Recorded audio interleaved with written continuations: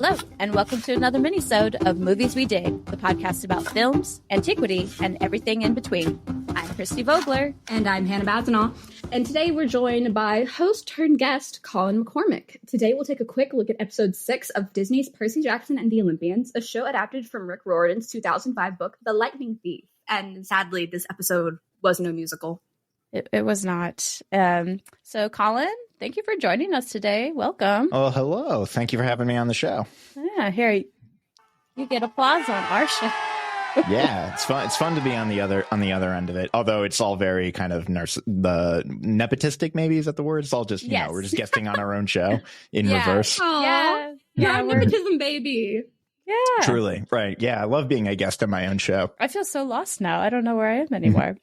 Anyway, like usual, we'll be conducting a shovel test of this series by giving a brief overview of the episode and providing some information on the ancient sources from which Riordan drew on to tell these tales. Once the season wraps, we'll have Lijan here as well to discuss the series in its entirety. So we almost have the full crew today. Mm-hmm. So yeah, before we get started too much, Colin, since you were joining us about more than halfway through the season now, about 2/3 of the way through, we just kind of want to know, what's your history with Percy Jackson and what do you think of the Disney series so far? Not necessarily the episode, but just what you've seen so far. So I think my first exposure to the franchise as a whole, I think, was the movie, because the books, I think the first book came out in 2005 or 6 or something like that, and I think I was just at an age where it sort of just missed me, so I didn't really learn about the series, because I guess it probably also didn't get popular until a few years later, so I didn't really learn about the series, I think, until the movie was coming out, and then I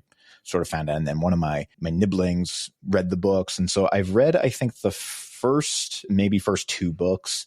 Okay. I've seen both movies. And I also, since I often teach a sort of intro to Greek and Roman mythology course every semester, in which students will submit very often reviews and feedback. So that is kind of my main exposure to the franchise, in addition to sort of, it's been a while. I don't particularly remember the books. I know that I read it, but it's kind of also this thing in our field that like looms large and is hovering around, and a lot of people that work either with myth or with classical reception and things like that are kind of aware of it, and you know, it comes and goes. It is this kind of inevitability, right? You've done more than me. I've seen one movie and I'm like, yeah, I'm good. And honestly, I think that first movie with Logan Lerman kind of soured me on it a little bit, although it is joining the pantheon of many sort of popular franchises that sort of get kind of disabused in the movie theaters. You know, I get flashbacks of the Aragon movie, or the Avatar: The Last Airbender movie, which I think had a sort of similar maybe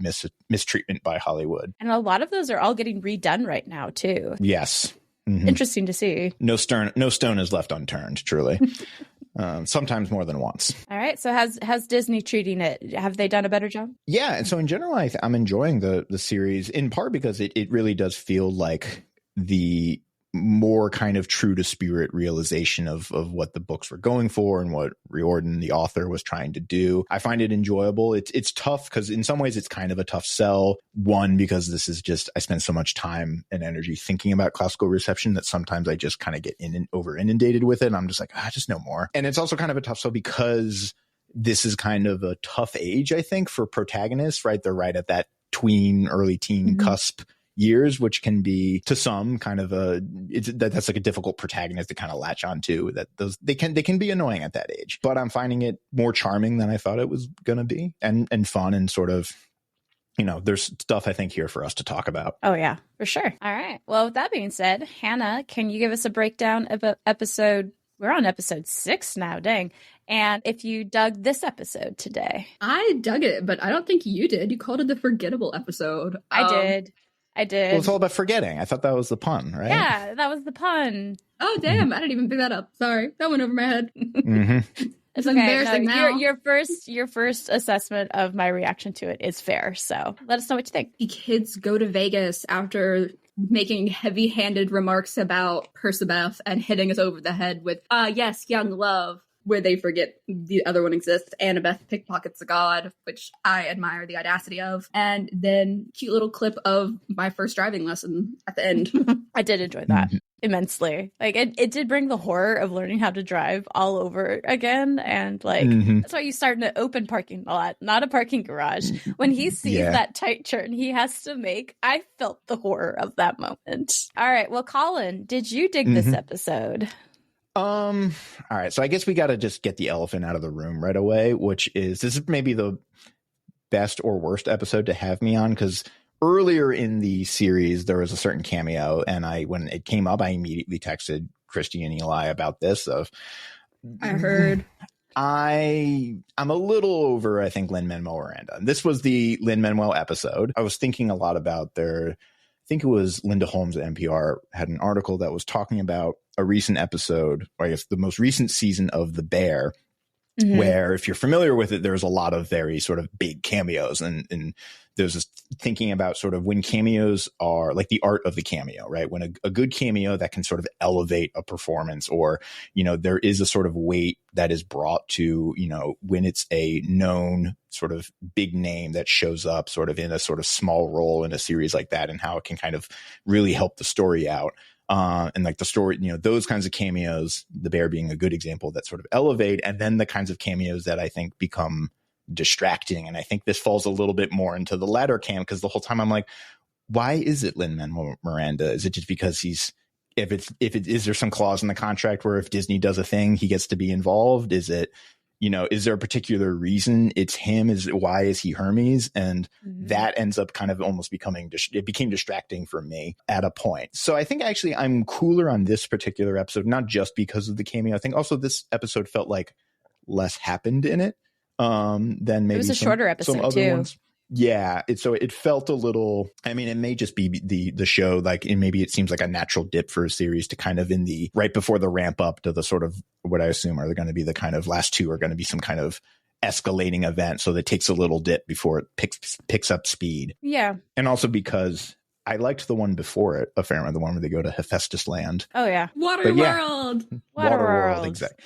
Which is bringing flashbacks to a terrible Kevin Costner. A fantastic Kevin Costner movie, which you know, dared to ask, what if the world was water and Kevin Costner had gills and cigarettes for currency? And what if there was a map to dry land tattooed on your back? I'm sorry, a 10-year-old girl's back? Not just anyone's back. So I don't know. What about you, Christy? I'm pretty much on board with you in that I think that's the nature of a book being, like, in a movie, you always have like slow and fast moments, right? That's pretty natural, and you can remove some of those. But when you're serializing it, that's really harder to do. And sometimes, like you said, they could have brought Lin-Manuel Miranda in and done something really cool with him that would have made a otherwise kind of slow episode at least entertaining. I think of it similarly to like those kind of filler flashback episodes that anime will have. I'm like, okay, we don't really have a budget to do a whole lot of new like animation. It's mid-season. We have to remind people of like what happened in the first half. But Avatar did a really good job of that with the Ember Island Players episode in particular. They did it again with Korra. So it's like you can still do that and do something slightly different to make it entertaining for these slower episodes. And, you know, I mean, I guess like two thoughts. And so, Hannah, correct me if I'm wrong, but the book itself seems to kind of lend itself to a serial sort of multi-episode thing, because in the book, it's a series of kind of smaller micro adventures leading in, you know, nested inside this bigger adventure. Like they have the encounter with Ares and the encounter with the St. Louis Tower and all these, you know, things that can sort of be their own little episode. And also, I mean, part of it is just the particular adventure is the Lotus, you know, there's less action going on with the Lotus. It's the struggle is they have to just not forget that they're in they have to remember to be on the quest, right?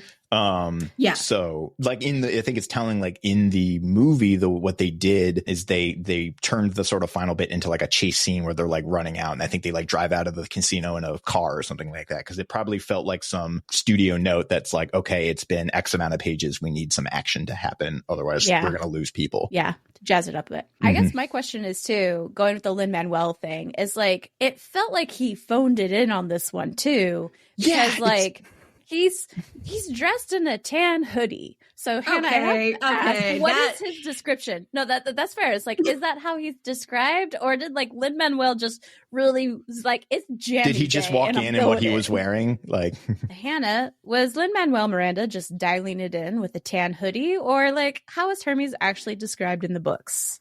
What gets me about the tan hoodie is that, like, it's one of those pieces of clothing that you can so obviously tell is expensive. Yeah. But it's made not to look expensive, which is what really gets me, because if it was just a tan hoodie, okay, fine. Like, Hermes is kind of just like, first of all, he's not in the first book. And when he is described, he's kind of very much hanging out in, like, a mailman uniform type situation.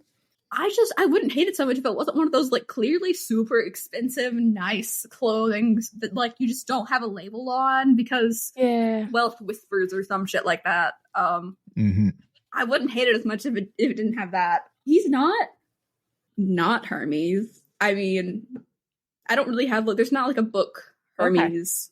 Was he in the movie? I thought Hermes had an appearance in the movie too. It was Nathan Fillion in the second movie has a cameo as Hermes, where I think he's kind of more dialed in. He was a really good Hermes. Yeah, he's kind of hamming it up. There's a couple references to Firefly, which is, you know, I guess for the old people like me. And he's kind of in that same thing. He's in like a You're not that he's old. Well, thank you. We know what Firefly is, Colin. He's in like a UPS outfit. And then he changes into like a business suit. But I guess like this comes back to, I guess, my sort of thing that I was mulling over like a worry stone, which is the like why Lin-Manuel, right? Why him? Why do it? Right? What is it? And because it does kind of feel like it was a very toned down performance. Like, was this cameo like, what if it was just some actor, right? Would it have been different? Why did it have to be Lin-Manuel? Like, what was he adding? Was he bringing weight to the story? Yeah. And if it was lost even upon like me. So the one thing I did like that was a really subtle hint of like what was going on in the hotel casino is that everyone was dressed in older decades clothing, but it looked like, you know, brand new clothing. It didn't look there was a guy in like a checkered suit, right, or something like that, and yeah, the idea that people have been there since whatever the 70s or the 80s, things like that. So like it could have been really funny if he had dressed up in like a zoot suit, or even dressed up as like Hamilton, since he's making fun of like time and space, and Lord knows Disney owns all time and space costumes at this point. Well, yeah, I mean, it reminds me, I don't know, because the other thing, I don't know if either of you saw The Golden Compass on the HBO Max, that series, because he's also in that. He's as Lee Scoresby, which is another interesting choice, because it just sort of, I mean, I think there's more to that performance. That's just a different Lee Scoresby, as opposed to sort of in the books, that character is kind of like a grizzled, kind of jaded cowboy. Like, he's described as kind of like an old, worn down sort of traveler. And then Lin-Manuel, you know, the energy that he brings to stuff usually is like vibrant and enthusiastic and like try hard. Like, he's got the kind of try hard theater kid energy. And here it was he was like a sort of, I guess, sad single dad is kind of the vibe. Like, there was a sad energy to the whole thing, or a sort of world weariness, maybe. Yeah, he did nail the sad single dad act. Yeah. Oh, there's this moment I really like where he's like, demigods, and like they kind of like take a couple steps away, and suddenly like whatever noise was going on in the other room kind of sounds like they just like close like a soundproof door or something.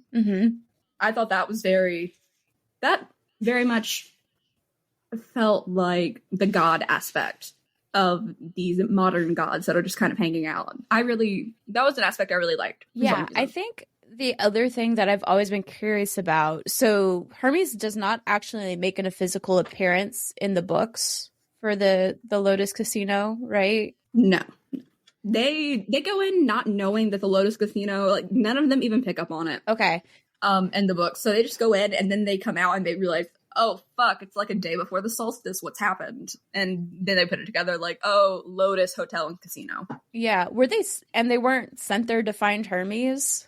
No, they were just, they just came by, basically. So that might answer more questions than not. Like, I think that's where most of the discussion is going to be interesting, is like, why do we think they felt the need to put Hermes in this location and make this connection of like him being in charge of like time and space, which isn't necessarily wrong, but it's not like the general sense I usually get of him. Honestly, when I was going for ancient sources background for today's episode, I was doing more like research on what casinos do in order to get you to stay as long as possible and spend as much money as possible. The way they're like designed like labyrinths, the way everything's designed to sort of attract your eyes or like lead you away from the exit. Yep, I mean, the free drinks. Clock.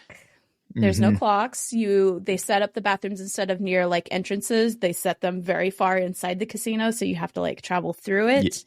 Yeah. They restrict your views of the outside world. Yeah, anytime you have to go anywhere, you have to be able to see like 5 different gaming things or something. Like, yeah, the metaphor is right there, right? That it's sort of designed to entrap you and make you forget about time and where you are and care and concerns. The VR, I like the addition of the VR for this one as well. Is it like another like time wasting thing? Like, because again, your senses are so closed off into this particular space that's like more and more unnatural, and the more unnatural the setting, the more time you waste in it. But the funny thing is the whole idea of like not eating the lotus blossoms, but having it pumped in the air.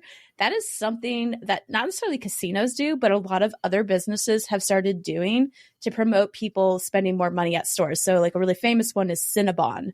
Cinnabon specifically like builds its kitchen and oven so that the smell of the cinnamon rolls so you smell the can cinnamon. Go through. And like there's now companies that actually sell smells to different businesses that has increased sales. So they say like the Hard Rock Cafe Hotel in Orlando pumps out artificial scents of sugar cookies and waffle cones that act as aroma billboards to draw people to their ice cream shop in the basement.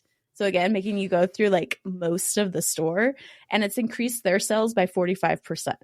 So like this weird combination of it being a space that you just lose track of time and money, apparently. So it's interesting they removed the money aspect, but that's what the casino is all about. And like the Lotus Eaters, it's only got this brief mention in the Odyssey. Herodotus talks about where the location might be and everything.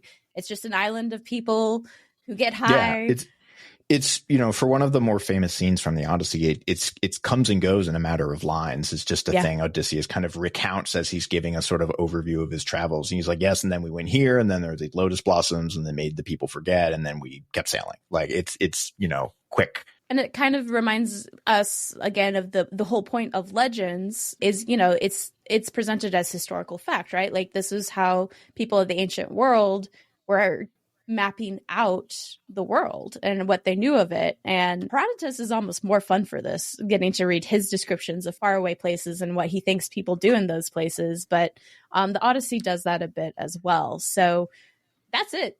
That's all I've really got for ancient background sources and today, and the losing of time. So I guess, my big question to all of us then is, why stick Hermes here? I do have the talk that they have, so I'll play that real quick. Why have this talk in particular in that setting? So here it is.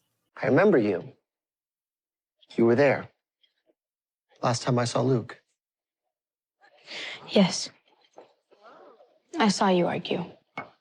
I heard what he said. That what happened to his mom was your fault. That it was all your fault. That he hated you. Help us get to the underworld. Help us retrieve Zeus's master boat from Hades, and he'll see that you care. There is a way into the underworld. A secret way. I've helped others find it before. And do you know what happens every time? I mean, every single time. You don't want my help. Trust me. No, we actually kind of do. I was warned to stay away from Luke and his mother. Warned that no matter how much I tried to help, I would just make things worse. And I went anyway. And it wasn't just awful for Luke. It was awful for all of us.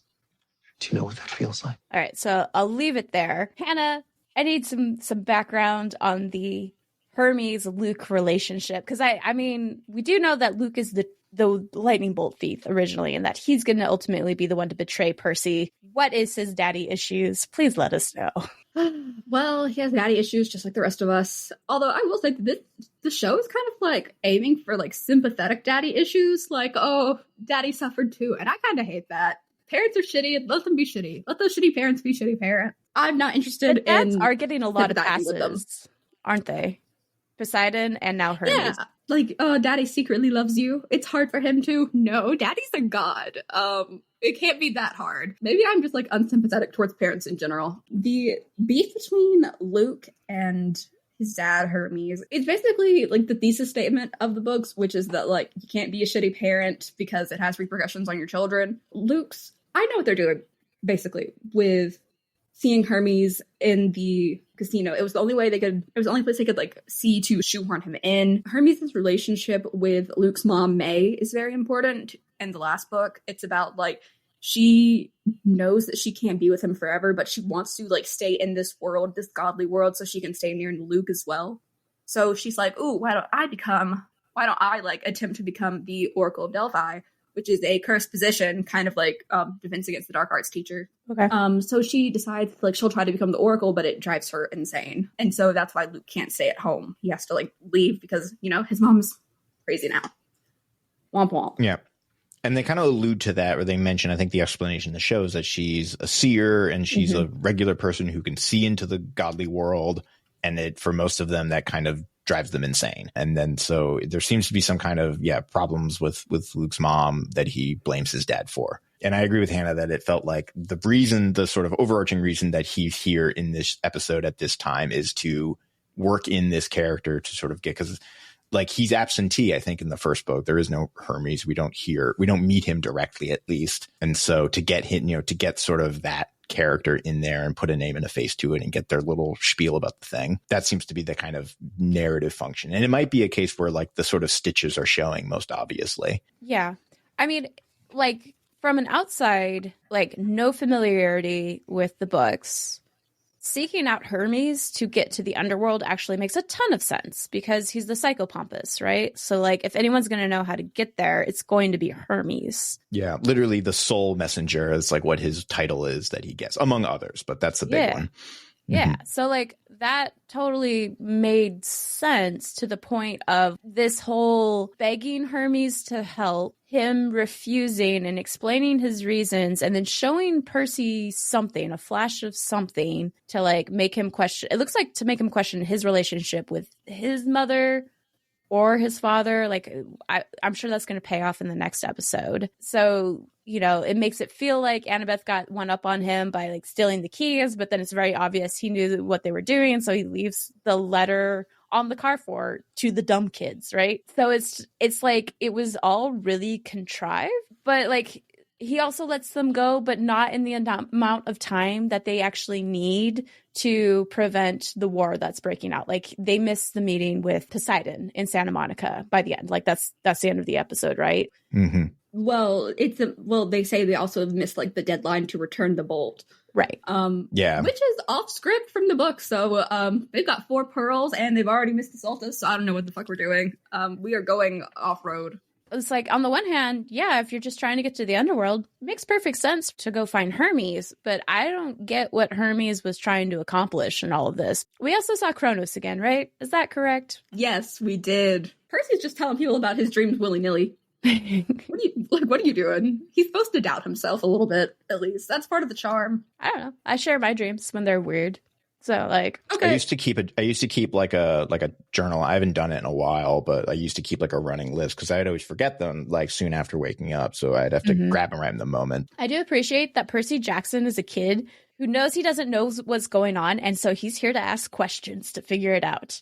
And like, even when he ends up feeling stupid, because I think we saw that, was it this episode or the previous episode where like Grover and Annabeth have already kind of figured out what's going on. And Percy's like, so I think this.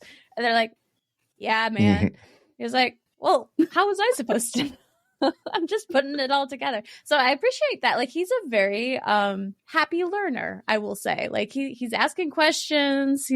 He's always like, I think that's a really interesting version of him. I don't know how he is in the books. He sounds a little bit more, what's the word? Hot-headed in the books, maybe? Or like, I would say in the books, my read on the first book is I found him a little grating. I found him a little, there was a sort of, what's the word? Like an irreverent, not irreverency, but it's just like a sort of snarky, but without charm. That was sort of how I described it. Where I'm like, this kid sounds annoying. He just seems like he's not funny. And it's sort of, flippant, but without being funny. That was my reaction. Which is, again, what, to come back to the actors, I really like the way all of the three main cast are portraying this, because they're doing a really good job of riding the line of being endearing, because these are performances that can so easily teeter into very, very obnoxious, smart-ass tweens. And then they did try to replace Poker Face. It was like they didn't even just play Poker Face. They replaced it with Dua Lipa's Levitating, which I love Dua Lipa. Do I think she's the brand new Lady Gaga of our era? No.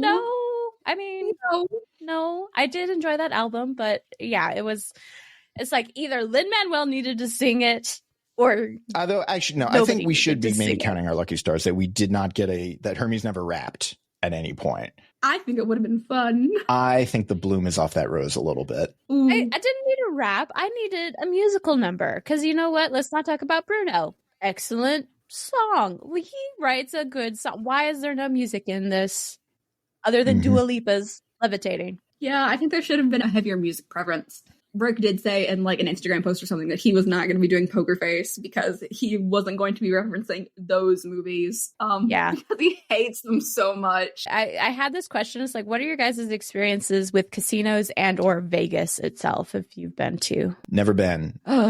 Yeah. I don't like gambling either, and somehow I've been to Vegas twice, and both times it's just like, I really liked the line from Grover when he was talking to Augustus of like, why would Pan be here? Yeah. When this is like one of the most unnatural My impression of spaces. Vegas is the way I sometimes describe places. I have this spectrum where cities and towns or whatever are some are real places and some are not real places, right? Real places are places where actually people live and work. And not real places are places like Vegas where nothing really feels real and everybody who's there is not sort of from there. And it's just this kind of like imaginary fantasy land. And so, yeah, Vegas is the epitome of unreal to me. The last time I went, we went to the Venetian to grab food. They have like an area that's completely enclosed. But it's like, it's super tall and it's meant to look like you're outside at the San Marco Square. And it was like, we were at a restaurant. We ate food there.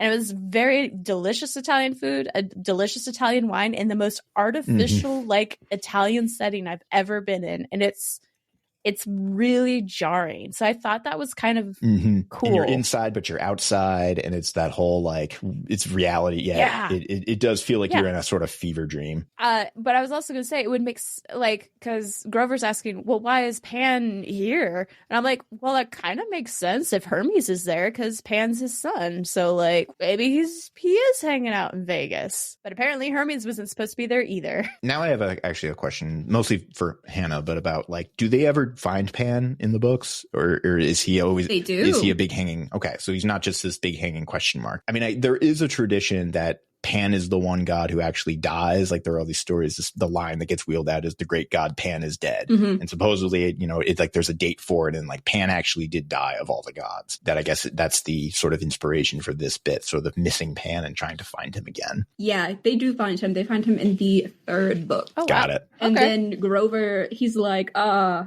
can't remember too well what happens. I do know that for some reason he's like, oh, I can't stick around, but you, Grover, you are now Lord of the Wild. And then that's what Grover ends up doing. He becomes the Lord of the Wild. I will say Grover finally saved a damn animal this episode. And that was the other moment I really liked. He's like, oh, don't worry, the animals will be fine. I gave him my blessing. It's like, what about the humans? And he's like, oh, well, the animals will be fine. And I'm like, okay. I liked that moment. It's like, yay, Yeah, Grover that's from the finally book. did something. Oh, well, it's not directly from the book, but like the Satyr's blessing, so they can find sanctuary until they can find sanctuary in the wild. That is from the books. I liked it a lot. It was a really good moment for Grover. Yeah. So I was like, huzzah, they finally let Grover do something. And he has finally accomplished something, unlike, I don't know, I guess Annabeth stole Hermes' keys, but not really, but sort of.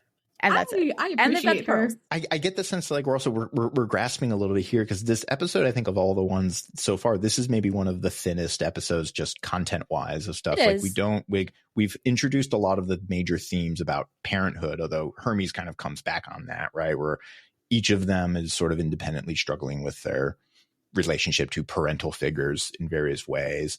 Relatively new information was sort of brought forward. The plot advanced only somewhat, I guess. Yeah, like I said, because it's in a serial, I don't have a problem with this episode existing. I wish, again, they would have done something more with, I honestly, bring Nathan Fillion back just for, but it's the movie throwback. I don't know. Because, like, I feel like they could have either cut this completely, or bringing Hermes into the setting with very mixed motivations is just confusing and not necessary. Like, that's not how it was done in the book, so why introduce that here in the series, unless they're feeling like they want to make Luke an even more sympathetic figure. That's about the only other thing I can imagine at this point. They're definitely, we're nodding our heads. Yeah, they're definitely leaning into making Luke a much more sympathetic figure. They're setting up a lot of stuff that book Percy doesn't really get around to even thinking about, but they're just like, they're positioning it right there for us to all know. Like, Athena is so shitty in this version.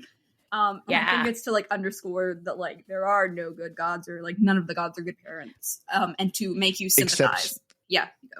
Except maybe Poseidon. That seems to be the movie. The show seems to be a little bit at odds with itself, because one of the things that was sort of one of the stronger narrative through lines in the first couple episodes is that Percy initially sort of rejects his divine parentage. Like, the foil between Percy and Annabeth is that Percy wants nothing from his dad and is okay with that, and then is all about his human mom. And for Annabeth, it's the inverse, right? She wants everything from her divine parent, and thus sort of walks away, right? And buys into this sort of, kill or be killed, dog eat dog sort of hyper competitive Darwinian nightmare that is the godly world. And then Percy basically kind of explains that there can be another way, and then I don't know, maybe it will sort of come around and make sort of sense and tidy up, but sort of the introduction of Poseidon as this benevolent absentee father seems to be sort of undermining some of the stronger thematic moments of the prior episodes. Because that's the whole kind of thing, is that the show is one of the major through lines is it's about mythologizing your parents, right? It's about literally putting them up on pedestals, and maybe you shouldn't do that. And Percy's more clear-eyed about it, or the parent that he does idolize is the one that is more deserving of it, i.e. the one that stuck around. Yeah. Although that might get upended too. Like, that seems to be what this is leading into. And, or maybe just it's a case of, the thematic tones are sort of at odds with the source material, because, like, in the books, and correct me if I'm wrong, but, like, Poseidon does help by degrees. Well, and, like, next episode's going to be the big one, because it's supposedly where we're going to get the payoff with Medusa's storyline too. Or at least a revisit of it, and I hope it pays off, because, like, I'm still not fully sold on episode 3 with Medusa yet, because of what the end result will be. It feels like it's heading a great direction, with Annabeth kind of reflecting and growing in understanding her relationship with her mother. So it's like, it feels like it might pay off. I'm really hopeful of that. Which brings me to the question that I had saved from you from that episode, Colin, was this association between women and serpents. I'd thrown out, like, what little I knew, but can you shed any more light on that for us? Happily. So, I think we were talking about this, or I was there. I was parasocially listening in on the episode and contributing to no one and nothing, but the sort of feminine serpent thing. And so I have, like, two basic sort of answers as I thought long and hard about it. And that is, 1, snakes come out of the ground, and 2, snakes shed their skin.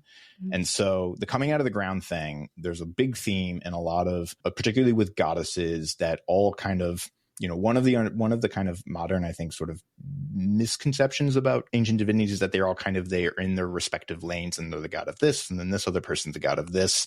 And they're sort of schematized that way, but really they're all kind of swimming in this soup. And so there's a lot of things that kind of shift back and forth. And one of the bigger trends is that a lot of female deities and mother figures are so strongly associated with the earth. So, like, Gaia and Hera and Demeter, all of them are kind of pull from the same sort of bag of symbols. And thus, sort of by extension, they're very closely associated with serpents. Part of it is probably rooted in the fact that snakes, like, when they hibernate, they kind of tunnel down in, and then in the spring they emerge. And there's examples of, like, omens and prophecies, and, like, Herodotus, for example, where a bunch of snakes will come out of the ground all at once. Or if you're ever in Canada, every spring there's actually a huge gathering of garter snakes where they all come out of hibernation at once, and so there's thousands and thousands of them all just kind of, like, covering the ground. That's so cool. Yeah. But so anyway, so snakes, there's anything associated with the earth in Greek mythology often gets attached to snakes. So underworld deities very often have snake things, like the Furies have snake hairs. Cerberus sometimes is depicted as being covered in snakes. So fertility goddesses and earth-related goddesses, they often are sort of associated with snakes, or they create sort of snake monsters like Echidna, or Hera sends 2 snakes to kill baby Hercules. And so that's part of it. There are, for example, some early kings of Athens who are said to have been born out of the ground, and they have like snake Erichthonius, right? Yeah, Erichthonius and Creecrops are both kind of depicted as having snaky parts. So anything having to do with the earth, and then by extension, fertility and femininity is also kind of taps into that matrix of snakes. The other half, on kind of the sort of related to the fertility thing, is that snakes were there was a tradition that snakes are immortal, having to do with the fact that they can shed their skins. And so, for example, there's a myth that pops up in Nicander about that humans were supposed to get immortality, and then Prometheus or Epimetheus, they gave immortality to a donkey. He was supposed to bring it to people, and then the donkey got tired and thirsty on its journey and then stopped at a spring, and there was a snake in the spring that said, I will let you drink from my spring if you give me whatever you're carrying. And so that's how snakes got immortality, not us. So there's also a tradition that they come out of the ground. They're kind of associated with their fertility. They're also immortal. So they're associated with healing and healing cults. And then also lastly, possibly having to do with drugs and medicine like pharmaca, because they are potentially venomous. So that all puts us in this sort of kind of general soup of like fertility and medicine and youth and rebirth and all that stuff, hence the snake goddesses, basically. Yeah, that's really interesting, because that all had to be like archaic or earlier, because of course, eventually, 5th century, you get the rise of Hippocratic medicine, as well as cults to Asclepius, who is the male healing god and everything. So I think that, that's kind of the short version. Shorter, it wasn't short at all. But no, it was pretty good. It was pretty good. Mm-hmm. Yeah. Well, in attempts to keep this short and sweet, are there any final thoughts that you guys have about this episode? I was going to say, I really like 2 things. Well, I guess 3 things. They did change how iris messaging works from the books, but we do see it. Slay. I thought it was really funny when they didn't need to hit us over the head with Luke being like, oh, you guys are like an old married couple now. We get it. Percabeth is endgame. Like, you don't need to throw it at us. But I did like when Percy was like, not to change the subject, but I'm gonna. And then just like change the subject. I thought that was funny. And then I liked when Grover was like, did you read the Odyssey as a kid? And he was like, the graphic novel. And Annabeth was like, huh? Yes. And he was like, that counts. It does count. Thank you, King. Oh, it totally does. That graphic novel is pretty good. So Yeah, I love that moment. You absorb the material that gets you to read, go for it. Graphic novels are awesome. So I have an unformed thought about sort of one of the things about this franchise that I find very interesting is compared to other sort of fantasy or sci-fi genres where it may be riffing off like, say, mythology or history or whatever it is. But in here, because they're actually doing it, they're actively recreating stories. So you get into a situation where like, I know this story. I know the secret I know how to defeat Medusa. I know how to defeat the Lotus Eaters.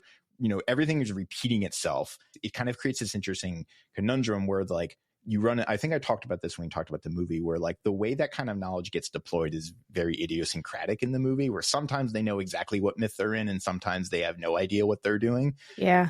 And in this one, they seem to always be sort of on the up and up. But, you get the situation where like we know the deal with the Lotus Eaters, right? We know the stakes. In some ways, it almost like it sort of takes away the thrill of discovery. Yeah. But it also creates this like, the show everything becomes mimetic. It becomes repetitive the stories start repeating themselves because you're in this like infinite Ouroboros fractal loop of like, I'm in the story, I'm recreate, but I know I'm in the story. And then that puts me more in the story. And then that's, it's like one of those like an isekai anime things. Yeah. And like you just keep zooming into the TV like infinite amount of times. Yeah, that was something we kind of saw with the last episode too. Yeah, come back to me on when we get to the sort of final wrap up, and I might have something more coherent sort of to say about that. Like, I think that's my big question too, is like, who's the audience for this? Like, it is definitely an improvement on the movies. I like some of the changes that they're making from the books that were problematic in the original book, like the description of Hephaestus being like a really simple example.